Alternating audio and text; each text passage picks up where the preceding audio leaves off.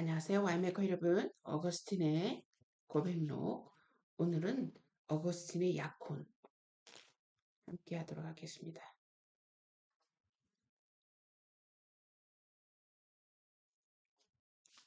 결혼이라는 지속적인 압력이 나에게 가해졌습니다.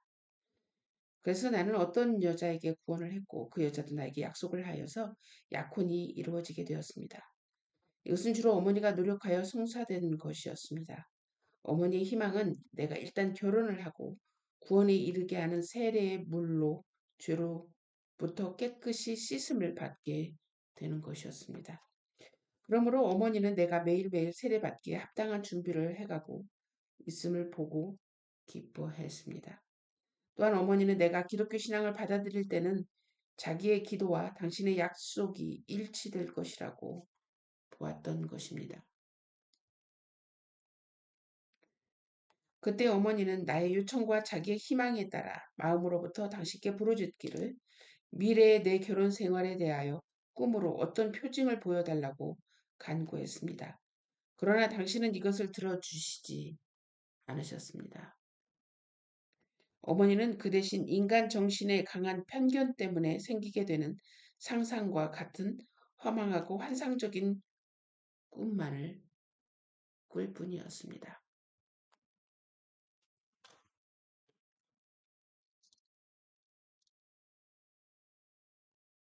어머니가 나에게 이에 대한 이야기를 해주실 때 전에 당신이 계시해 주시던 때와 같이 확신을 가지고 말씀하시지 않으시고 오히려 그것을 무시한 것입니다.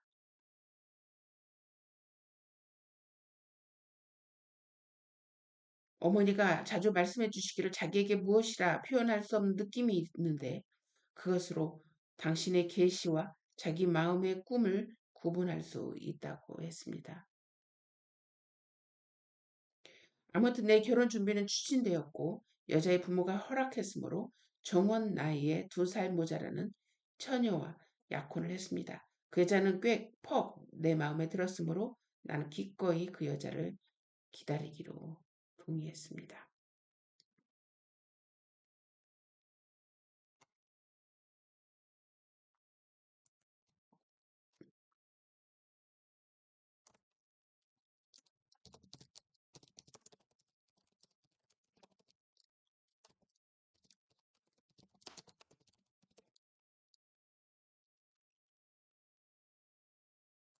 공동생활의 설계와 그 와해.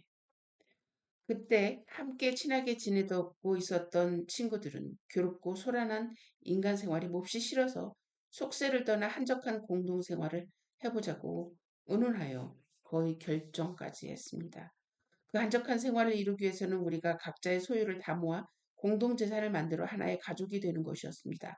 그러면 우리의 신실한 우정을 통해서 모든 재산은 네 것, 내 것 없이 하나의 재산이 되므로 모든 재산은 각자의 것인 동시에 모든 사람에게 속하게 되는 것이었습니다. 우리 생각에는 이 공동체에서 같이 살 사람들은 10명 정도 될 것 같았습니다. 그 중에는 아주 잘 사는 사람도 몇 있었는데 특히 로마니우스, 로마니우스는 내 고향 사람으로 어릴 때부터 나와 친한 사이였습니다. 그는 어떤 중대한 사건 때문에 이곳에 와서 법정에 출입을 하고 있었습니다. 그는 특별히 이러한 우리의 계획에 관심을 가지고 있었고 또한 그는 다른 사람들보다 경제적으로 훨씬 윤택했기 때문에 그의 의견은 우리들을 설득하는 데 큰 영향력을 가지고 있었습니다.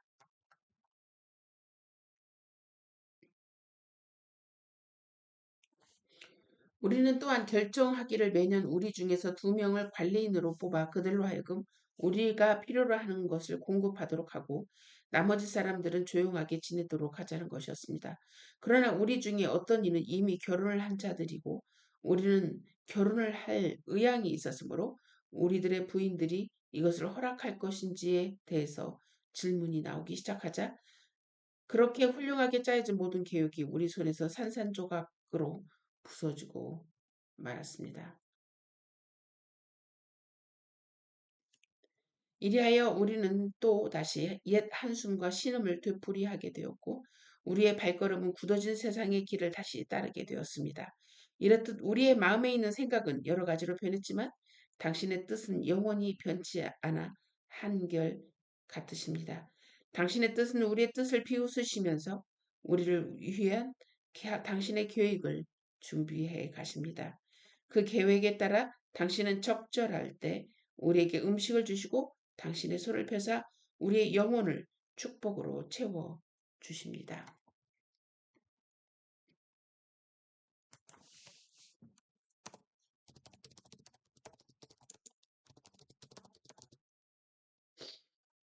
그러한 동안 나는 죄를 더 많이 짓고 있었습니다.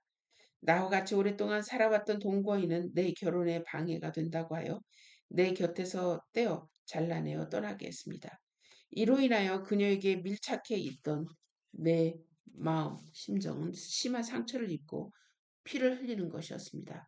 그녀는 다시는 다른 남자를 만나서 같이 살지 않겠다고 당신께 맹세를 하면서 그녀가 낳은 내 아들을 남겨두고 아프리카로 돌아갔습니다. 그러나 이 여자의 결단 정도도 본받지 못할 만큼 불행하고 약해진 나는 나와 약혼한 여자를 결혼으로 맞아들일 인연이 너무 지루해서 참고 기다릴 수 없었습니다. 그래서 나는 정식 부인이 아닌 한 여자를 또 얻게 되었으니 사실 나는 동거가 좋아서 그런 것이 아니라 정욕의 노예가 된 탓이었습니다. 이리하여 내 영혼의 질병은 악습의 노예가 된 탓으로 더 심해져 갈 뿐이었습니다. 그렇다고 나의 전 동거인인 인과 이별한 데서 받은 상처가 아무런 진 것도 아니었습니다. 그 상처는 처음에는 타는 듯 통증이 심했으나 곧 곪기 시작했습니다.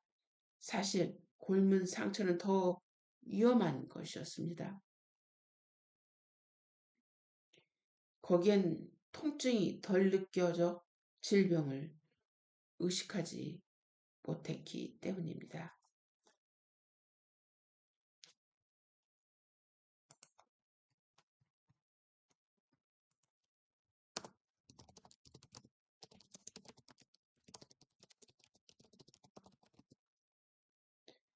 자비의 원천이 되신 하나님, 당신께 찬양과 영광을 돌리옵니다.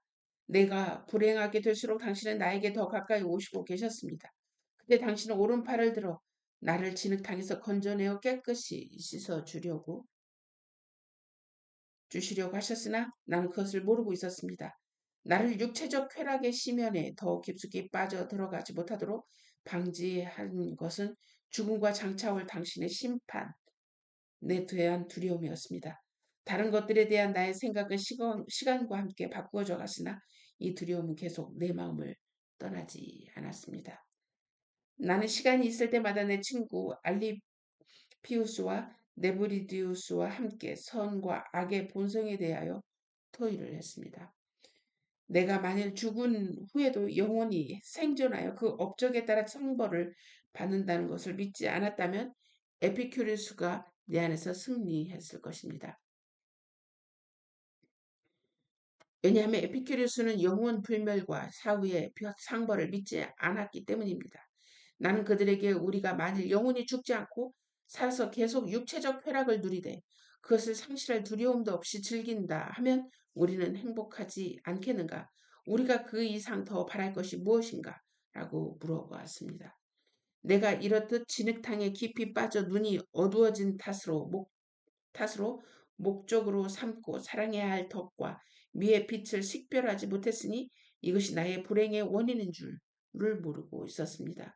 이 빛은 육체의 눈으로 볼 수 없고 다만 내적, 인간의 눈으로만 식별할 수 있었습니다.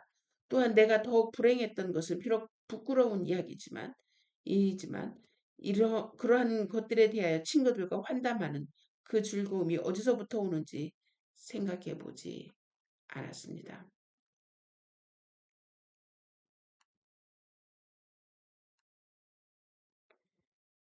왜냐하면 그 당시에 내가 가지고 있었던 행복의 개념에 따른다 할지라도 아무리 풍족한 육체적 쾌락도 친구들과의 사귐이 없이는 행복할 수 없었기 때문입니다.